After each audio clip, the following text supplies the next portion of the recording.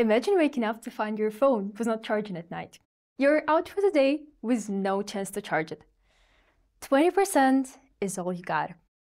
Would you go to Instagram to scroll through some random reels, respond to that one friend who's constantly sending you memes, read news about celebrity gossips, or discuss all that during an hour-long call with a friend? I think you wouldn't. Instead, you probably want to, first, save your energy for something critical, and second, use what you have as effectively as possible. But what about our internal batteries? I must admit, that's not how I used my 20% a year ago. This is actually how I misused my internal battery when I would wake up already 80% drained. Maybe you recognize this feeling of exhaustion. That was a common state for me in high school. I'd come home after a long day, and all I needed to do was that one math assignment. But I felt too tired and ended up with my list of rest activities. Once I asked myself, do you really feel rested and full of energy after that? Turns out it didn't add a single percent back to my battery. That was a critical moment when I had to admit. I was more concerned with celebrities, movie characters, and my chickens in heyday than with my own life. And the only thing I needed to finish at night was a math assignment. The task would have taken just an hour. I had plenty of time to finish it and still get to the bed by 10 p.m. But I spent all evening resting, then ended up awake until 2 a.m. doing my usual activities. The next day, guilt, stress, and even more exhaustion. The lesson exhaustion taught me: wrong prioritization.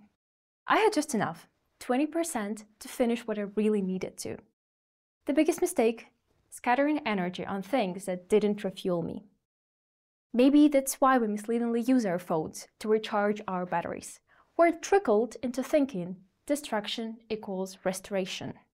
Exhaustion often means we're given to things that don't give back.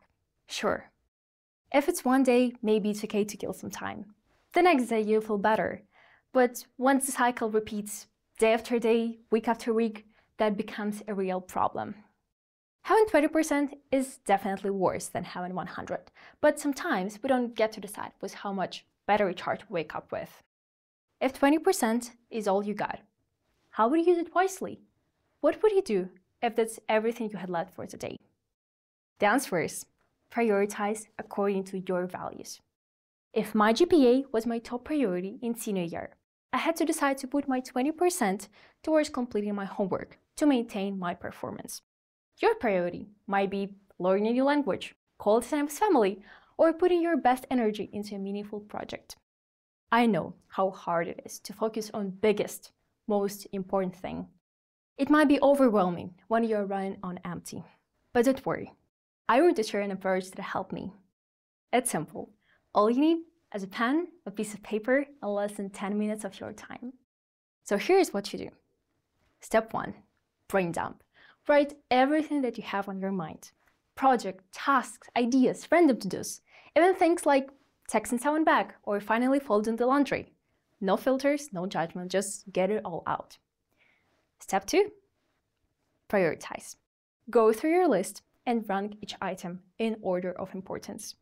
Ask yourself, what truly matters today? And give each item a priority number, 1, 2, 3, and so on. And that's it. The goal is to focus your limited energy on things that actually move the needle. Trust me, it's weirdly satisfying to cross off even one high-priority task. You see, you don't have to avoid exhaustion. Just embrace the state and be proud that you are dedicating 100% of your available resources to what matters most. You've got the power to limit unnecessary distractions. Just compare. How do you feel after giving your 20% to distractions versus dedicating it to your true goals?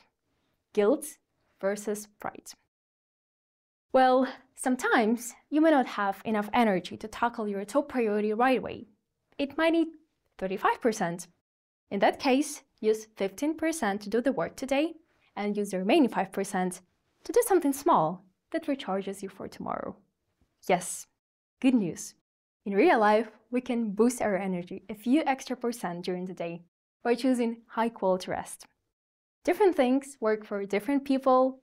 For some, Switching from cognitive to physical activity helps. For others, a meaningful conversation with a friend works best.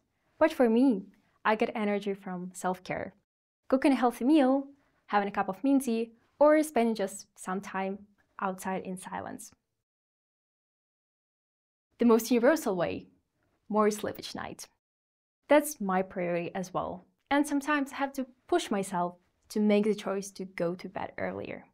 You see, most of my days work, but I also prioritize self-care. That's a value I hold and a priority I set.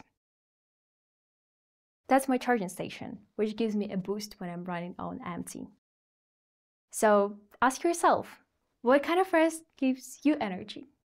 So what if exhaustion isn't the villain we all think it is? Maybe it's more like that annoying but wise teacher, who gives you a pop quiz just to make sure you're paying attention.